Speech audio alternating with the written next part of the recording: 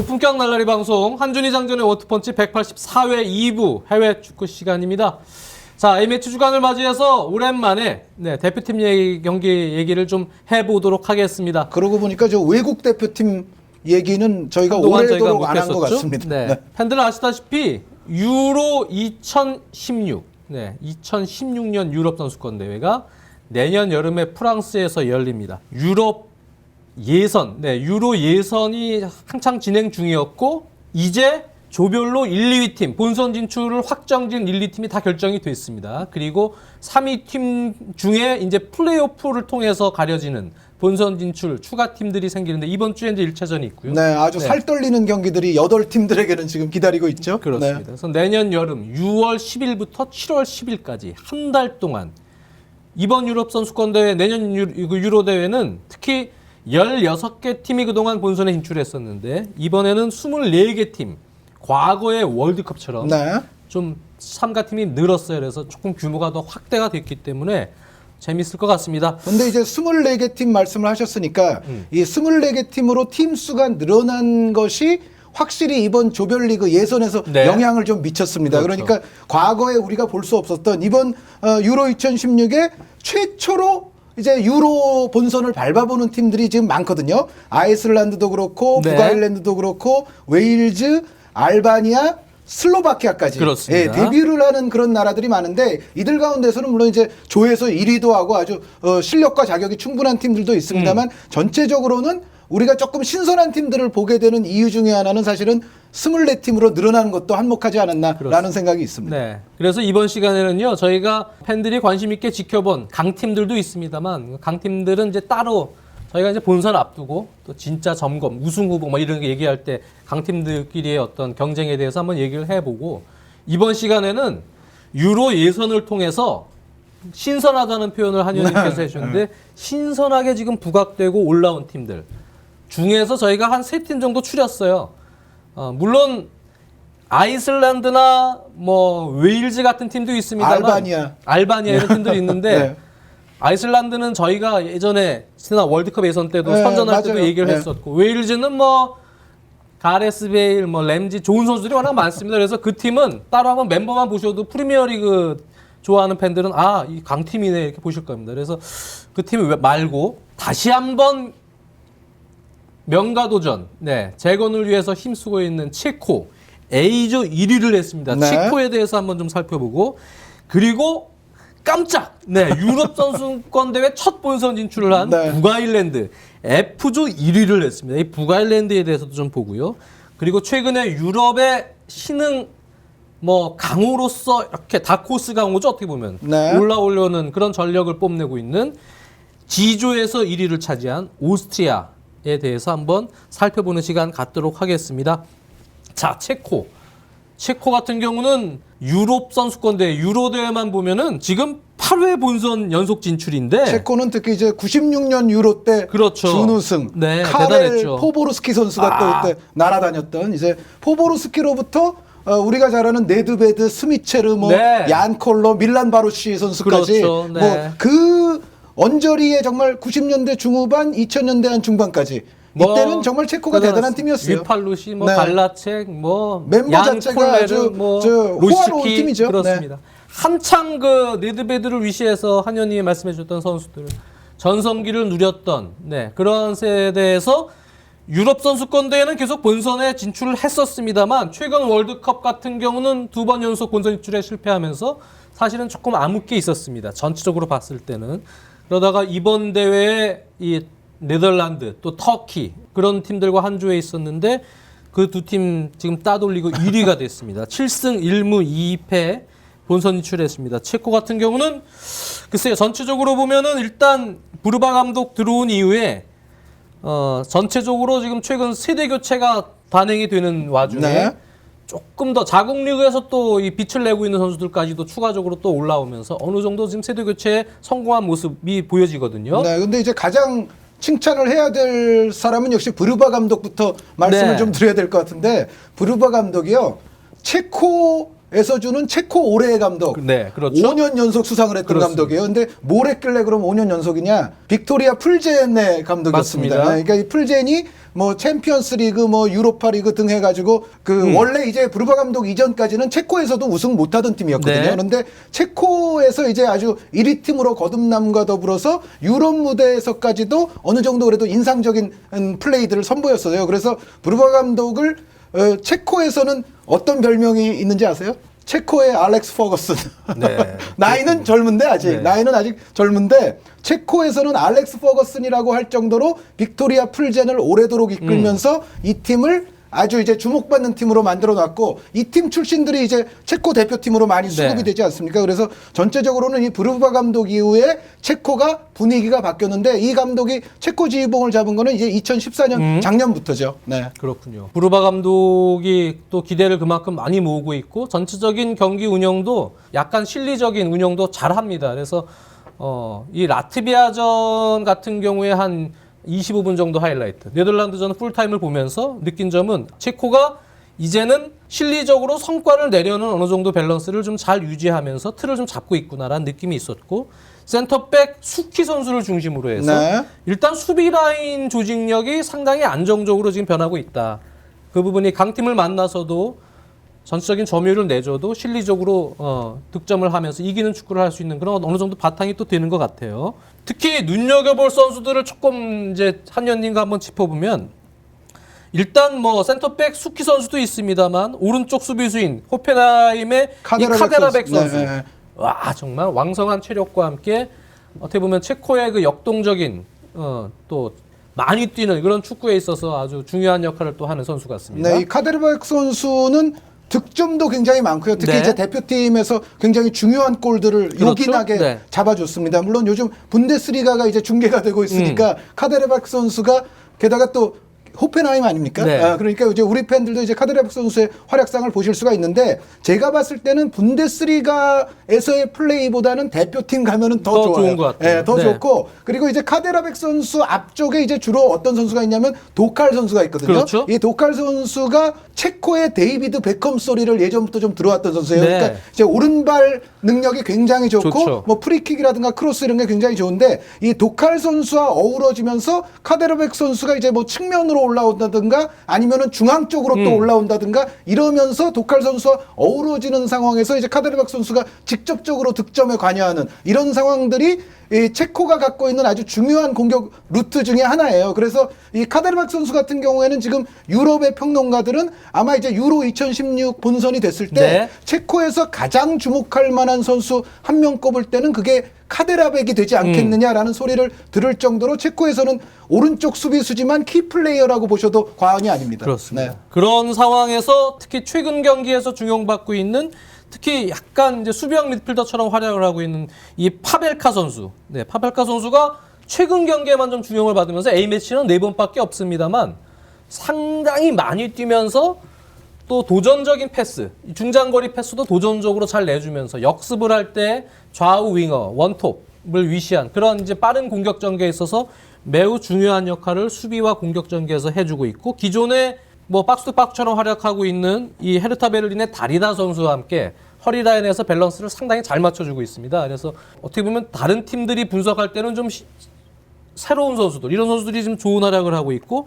그 앞쪽에 공격형 미드필더 역할을 할 수가 있는 뭐 플라실 선수나 근데 안타깝게 지금 못 나오고 있습니다만 그렇죠. 노시츠키 선수가 있죠. 이제 네. 복귀를 하면 거기서 이제 약간 신구조화가 이루어질 수 있는 그런 밸런스가 있고 특히 좌우 윙어에 기존의 주전인 크레이치와 이 도칼 선수가 있는데 여기에 또 경쟁자들도 있어요. 그렇습니다. 네. 최근에 이 세대 교체에 또 어떤 선구 역할을 하고 있고 브루바 감독이 또 요즘에 또 쓰면서 이렇게 계속 테스트를 하고 있는 왼쪽에 슈랄 선수, 네. 오른쪽에 스칼락 선수가 있는데 이 선수들도 슈랄 선수도 오른발 킥력, 프리킥력도 좋고 아주 드리블 돌파 재간이 상당히 좋습니다. 자국 리그에서도 골을 좀 상당히 많이 지난 시즌에 많이 넣어줬고 오른쪽에 스칼락 선수도 특히 21세 유럽 선수권 대회에서 상당히 주목을 받았습니다. 기술적으로도 상당히 플레이메이커 기질이 좀 있는 잠재성 있는 선수. 테크닉을 가지고 있고 이 선수 역시 오른발 킥력이 매우 좋습니다. 프리킥력이. 그래서 좌우 윙어에 기존에 있는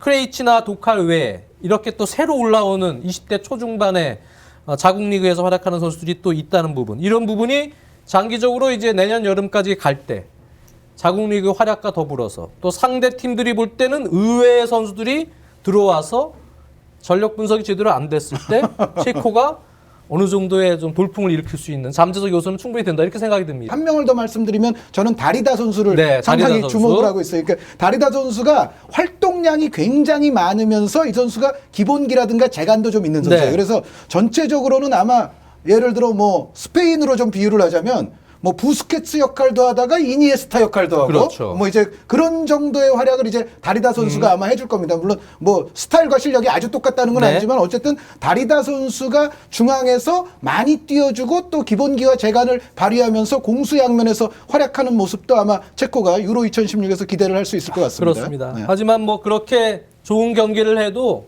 역시 확실하게 골을 넣을 수 있는 최전방 공격수. 과거에는 이제 얀 콜레르 같은 장신 공격수도 활용을 했습니다만 현대 축구가 이제 1차적인 압박부터 해서 많은 기동성을 요구하는 상황에서 신장은 조금 줄었습니다만 190cm 정도로. 조금 줄었어요? 네치드 선수와 스코다 선수가 지금 원톱 경쟁을 뭐 하고 있다. 이렇게 지금 판도를 볼 수가 있는데 네치드 선수가 최근 터키 리그에서 상당히 골을 잘 넣고 있어요. 네. 그래서 네치드 선수가 최근뿐만 보면은 조금 중용받을 가능성도 있고 스코다 선수는 여전히 경쟁 구도에 있다. 두 선수 모두 190cm의 어느 정도 기동성과 오른발 슈팅 능력, 제공권을 갖춘 그러한 비슷한 장점들이 있는 것 같습니다. 예선에서는 사실은 라파타 선수가 많이 그렇죠. 뛰었어요. 라파타 선수가 이 스코다나 네치드보다 더 많은 경기를 소화를 네. 했는데 근데 다만 이 라파타 선수는 나이가 좀 많아요. 많죠, 그래서 이제는요. 내년 본선 때쯤 되면은 이제 3인 기본적으로는 3인 네. 경쟁 구도가 맞는데 말씀하셨던 네치드와 스코다가 조금 더 앞으로 나갈 라파타보다도 그럴 가능성이 저는 있는 그렇죠. 것 같습니다. 그래서 이쪽에서만 한 명이 좀 터져주면 최후방에는 든든한 최후가 지금 버티고 네. 있기 때문에 수비 라인과 함께 신의 선수들이 잘 조화된 허리 라인, 또 기동성 있는 경기 운영, 거기에 최전방에서 제공권과 어느 정도 득점력을 겸비한 선수가 받쳐질 경우에 다코스로서 체코가 다시 한번 유용을 좀 드러낼 수 있는 가능성은 여전히 존재한다. 하지만 과거에 비해서는 아직까지는 전력이 조금 떨어져 있다. 이렇게 봐야 과거에는 될것 같아요. 워낙에 번쩍번쩍한 네. 멤버가 있었으니까. 그리고 제가 체코가 그래도 양 측면이 가장 확실하다 말씀을 드렸는데 수정을 좀 할게요. 최우 선수가 있었네요. 골키퍼가 제일 확실합니다. 골키퍼가 제일 확실하죠. 네. 골키퍼가 제일 확실하고 최후, 다리다, 로시츠키 이 중앙 라인도 네. 상당히 괜찮을 수도 있다. 여기에 이제 양 측면과 이게 같이 어우러질 때는 체코가 좀 원하는 결과가 나올 수도 있지 않겠느냐라는 생각입니다. 그렇습니다. 네. 북아일랜드는 역시 발목을 잡을 만한 힘은 있다. 네, 그것은 지금 요소에 특히 이제 이 팀의 핵심 멤버는 제가 프리미어리그 중계를 하면서 지금 2, 3년 사이에 가장 많은 발전을 한 선수 1위가 누구냐면 스티븐 데이비스. 예, 인정. 이 예. 스티븐 데이비스가 과거 풀럼 시절에 약간 밋밋했던 이 플레이어에서 완전히 벗어났습니다. 실제로 지금 사우스햄튼에서도 핵심 중앙 미드필더가 됐습니다. 네. 만약 이 선수가 잉글랜드 선수였다면 지금 대표팀의 부름을 받을 정도의 지금 폼입니다. 저도 그렇게 생각합니다. 그래서 스티븐 데이비스 선수가 지금 중앙에서 워낙 중심을 잘 잡아주기 때문에 이 선수가 사실은 팀을 거의 중앙에서 캐리하고 있다라고 봐도 무방하고 그 밑에 팬들이 잘 아시는 크리스 베어드. 네, 이 네. 베어드 선수가 과거에 멀티플레이어입니다. 수비형 미드필더, 또 오른쪽 수비수, 심지어 센터백까지도 본 적이 있는데 이 선수를 지금 오닐 감독이 잘 활용하고 있어요. 홀딩 미드필더. 그래서 4-5-1 전형으로 가고 있는데 무엇보다도 북아일랜드 팬들이 조금 기대하는 요소는 지금 포백의 조직력이 유로 예선 초반보다 상당히 진일보하고 있습니다. 그것은 웨스트 브로미치의 이 동료 크리스 브런트, 조니 에반스, 가레스 맥컬리 이 세 명이 에반스도 최근에 이제 완전히 중용이 되면서 웨스트 브로미치의 포백입니다. 주전. 네. 이 한 팀 선수들이 지금 조직력을 계속 끌어올리고 있습니다. 거기에 조니 에반스가 폼이 약간의 기복이 있었기 때문에 캐스카트가 이제 간혹 들어가는데 캐스카트 선수도 와포드에서 지금 상당히 놀라운 성장을 했기 때문에 수비 라인만 잘 받쳐줄 경우에 과거에 그리스가 본선에서 수비하다가 한 방 터뜨렸던 것처럼 골만 좀 넣어주면 되는데 레퍼티 선수가 예선에서는 그렇게 했어요. 네. 레퍼티 선수가 아주 예선 레퍼티죠. 전체 득점에서도 아주 상위권에 올라 있죠 지금. 네. 대표팀만 가면 골을 넣고 잘합니다만 소속팀에서 경기 감각을 계속 그게 끌어올리지 문제, 그게 못하고 문제. 기회가 네. 없기 때문에 결국은 최근에 챔피언십에서 정말 뭐 활약이 좋은 이 제이미 워드 선수. 네. 제이미 워드 선수는 뭐 상당히 챔피언십에서도 돌파력이 좋은 윙어 중에 한 명인데요. 제이미 워드 선수나 또 리즈 유나이티드의 스튜어트 댈러스, 이 챔피언십에서 상당히 득점력도 갖추고 윙어로서 손색이 없는 이 윙어들이 미친 활약을 했을 때, 네. 그럴 때는 또 일단 허리 실점하지 않고 잘 버티다가 한 방으로 북아일랜드가 이변을 일으킬 수 있는 그런 발목을 잡을 수 있는 가능성은 여전히 존재한다. 그래서 북아일랜드가 좀 전력적으로 떨어지긴 합니다만 뭐 무시 못할 그럴 팀은 아니다 이렇게 생각이 듭니다. 북아일랜드가 예전 월드컵 예선 때보다 지금 진일보를 했는데 네. 가장 핵심적인 부분은요. 2014 월드컵 예선 때까지만 해도 북아일랜드가 물론 4백이 기본이긴 한데 이제 자기네들이 이제 전력이 워낙에 좀 약하다고 생각을 하고서 어떤 경기에서는 이제 5백도 그렇죠. 쓰고 네. 전체적으로 상당히 좀 수비적으로 내려와 있는 경기, 그러니까 극단적으로 점유율을 별로 신경을 안 쓰는 경기를 네. 했거든요. 그런데 약간 스타일에 여기 변화가 왔어요. 그러니까 거기에 가장 중요했던 선수가 바로 말씀하셨던 스티븐 데이비스 선수입니다. 네. 그러니까 스티븐 데이비스 선수를 중심으로 자기들이 볼을 소유했을 때는 최대한 볼 소유권을 좀 늘리고자 하는 이 오닐 감독의 전술이 그 이전과 비하면은 약간 변화가 있었거든요. 네. 저는 그게 굉장히 좀 효과가 있었다고 생각을 하는 것이 루마니아, 헝가리 등과 이제 북아일랜드가 붙었을 때 예전 같으면은 루마니아나 헝가리와 북아일랜드가 붙는다면은 루마니아와 헝가리가 북아일랜드보다는 점유율이 높아야 좀 더 정상적이에요. 그런데 이번 조별리그 예선에서 보면은 북아일랜드가 그리스라든가 핀란드에게는 점유율이 조금 밀렸지만 루마니아, 헝가리와는 대등한 점유율이 됐어요. 그런데 그것은 예전에 비해서는 어떤 실수가 나오는 확률이 좀 적어졌고 네. 볼을 소유했을 때는 보다 안정적으로 빌드업을 할 수 있는 그런 능력이 북아일랜드가 조금 배가가 됐다. 이제 그런 차원에서 이제 양 윙어라든가 레퍼티 선수의 득점력까지 살아나면서 결국은 이 조별리그를 통과를 할 수가 있었는데 이 마이클 오닐 감독이 지금 북아일랜드에서 아주 찬사를 받고 있는 이유 중에 하나도 바로 지금 말씀드렸던 예전에 북아일랜드가 안 좋을 때보다는 조금 더 점유율 같은 데서도 신경을 쓰면서 진일보한 플레이를 한다. 그리고 그것의 어떤 두뇌 역할을 하는 선수는 전체적으로 스티븐 데이비스 선수다. 이 네. 말씀을 제가 드리고 싶습니다. 북아일랜드의 행보 한번 지켜보는 것도 재밌을 것 같고요. 마지막으로 살펴볼 팀은 G조에서 1위를 차지한 오스트리아입니다. 러시아, 스웨덴, 몬테네그로 정말 이 만만치 않은 강호가 섞여 있는 조에서 9승 1무의 압도적인 위력을 발휘했습니다. 네. 22득점 5실점 조 1위로 합류를 했습니다. 본선에서도 한 의원님이 말씀해 주신 대로 우승 후보를 위협할 수 있는 최고의 다코스 중에 하나다. 네, 저는 이렇게 그러니까 평가를 하고 있는데요. 지금 오스트리아를 뭐 우승 후보다라고 얘기하면 조금 어폐는 있을 것 같은데 네. 어찌됐건 그 정도는 될 것 같습니다. 우승 후보를 위협하는 다크호스. 그리고 이 오스트리아는 제가 봤을 때 아주 눈이 좀 즐거운 팀이라고 볼 수가 있어요. 그러니까 특히 이 알라바 선수가 물론 오스트리아에서는 가장 지금 유명하고 또 오스트리아 전체적인 전술에 있어서의 아주 역동성을 이끌어내는 아주 중심축 역할을 하고 있는데 오스트리아의 최대의 강점은 공격형 미드필드 라인에 또 있습니다. 정말 대단한 이 공격형 미드필드, 그러니까 알라바 선수보다도 조금 더 앞쪽에서 네. 뛰는 공격형 미드필더들이 아시는 선수들이 많을 거예요. 아르나우토비치는 스티븐 데이비스와 더불어서 최근에 올 시즌 들어서 폼이 가장 좋은 윙포워드 중에 한 명이에요. 네, 첼시를 네. 무너뜨린 아르나우토비치 선수와 더불어서 유누조비치 선수, 하르니크 선수까지. 네, 그러니까 알라바 선수를 오스트리아에서는 어떻게 부르냐면은 제5의 공격수다라고 부르거든요. 네. 알라바 선수가 이제 수비형 미드필드 위치로 출전을 하기는 하지만은 실제적으로는 네. 뭐 공격수와도 같은 역할을 할 때가 있기 때문에 이 알라바 선수까지 해서 결국 이제 원톱에 들어오는 이제 얀코 선수가 주로 많이 들어오는데 네. 얀코 선수와 그 밑을 바치는 공격형 미드필더 3명 그리고 알라바까지 이제 공격을 하게 되니까 거의 뭐 5명이 정신없이 돌아가는 공격. 그리고 말씀드렸던 하르니크 선수, 유누조비치 선수, 아르나우토비치 선수가 또 위치가 굉장히 유기적으로 네. 이제 체인지돼 가면서 스위칭이 굉장히 활발하게 일어나면서 이 선수들이 모두 발재간이라든가 킥 능력 이런 거를 다 겸비하고 있어요. 그래서 전체적으로 이 공격형 미드필더 라인이 흔들어주고 알라바가 또 엄청난 기동력을 발휘하면서 공격에 가담을 해주고 여기에 이제 얀코 선수가 최근에 또 살아났거든요. 어떻게 보면 얀코 선수가 지금 제2의 전성기라고 할 정도로 그 한동안 좀 골이 없어서 좀 어려웠던 시즌도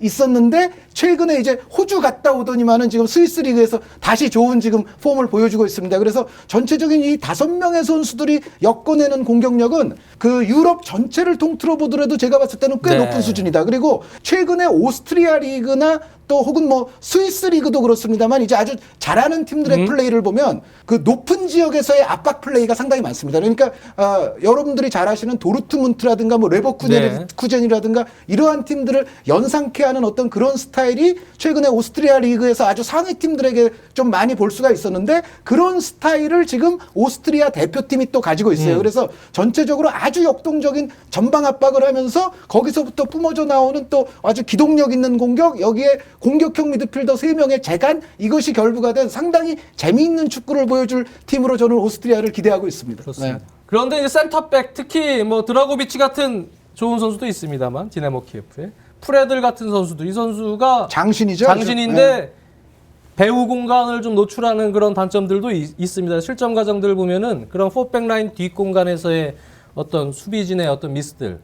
앞에 공격 라인에 비해선 2선 라인 이상의 공격 라인에 비해선 수비 라인에서는 그래도 불안 요소가 조금 있더라고요. 그래서 제가 이 팀을 그래서 좋아하거든요. 네. 화끈하잖아요. 저는 그렇군요. 무조건 화끈한 팀 좋아해요. 네. 어떻게 보면 오스트리아 대표팀 역사상 이 공격 라인이 제일 좋은 뭐 팀일 수도 있습니다. 오스트리아 어떻게 보면은 뭐 유럽 선수권 대회 본선에 자력으로 올라간 경우는 이제 60년 유럽 선수권 이후에 지금 처음인데요. 자력은 처음이죠. 그러니까 개최국이었을 때 한 번. 그러니까 제가 하지만, 이 팀을 또 비유하고 싶은 팀이 네. 최근 몇 년 사이에 그 벨기에. 네. 그러니까 벨기에가 이제 멤버가 좋아지면서 전 세계적으로 많은 기대치를 받았잖아요. 근데 뭐 지난 월드컵에서 기본은 했어요. 그 정도면 이제 기본은 했는데 이 벨기에가 아주 우승까지는 못 갈 것이라고 네. 예상하는 근거 중에 대체적인 근거가 사실은 지금 장 의원님이 말씀하신 벨기에가 한동안 좀 좋지 않았었으니까 네, 그렇죠. 이제 메이저 대회 본선 같은 걸 처음 치러보면 처음부터 잘하기는 아무리 멤버가 좋아도 쉽지 않을 것이다. 이제 근데 오스트리아도 그 얘기가 적용될 수는 네. 있을 것 같아요. 빌모츠 감독의 벨기에보다는 이 콜러 감독의 어떤 스타일 자체가 조금 더 다이나믹하고 역동적인 모습이기 때문에 그렇게 좀 조금 뭐랄까요 느슨한 이런 운영은 되지는 않을 것처럼 보입니다. 그래서 저희가 오늘 얘기하는 이 세 팀은 사실은 뭐 전력적인 부분에서는 오스트리아는 물론 다크호스가 될 수 있겠습니다만 여전히 약간 언더독으로 분류될 수 있는 그렇죠. 네, 그런 팀들입니다. 뭐 아이슬란드나 웨일즈나 다 마찬가지죠. 기존에 있는 강호들에 비해서. 하지만 지금 조 1위로 당장이 지금 좀 본선 진출을 하면서 한 번은 그래도 이 팀인들에 대해서 한번 지켜볼 수 있는 그런 기회가 이번 시간을 통해서 이제 마련이 되지 않았나 생각이 듭니다. 원투펀치에서 안 하면 다른 데서 이 팀에 대해서 거의 다루질 않을 것 같아요. 유로 직전에는 대부분 다뤄질 것 같은데요. 네, 유로 직전이나 가야죠. 내년 6월이나 돼야 되기 때문에 한번 이 시점에서 이 팀에 대해서 이 팀들에 대해서도 한번 살펴보는 것도 의의가 있다는 생각입니다. 한준희 장전의 원투펀치 184회 2부 유로 예선에서 돌풍을 일으킨 조 1위 팀들 중에 그 언더독의 반란을 일으킨 팀들에 대해서 한번 살펴봤습니다. 다음 회차 찾아뵙겠습니다. 감사합니다.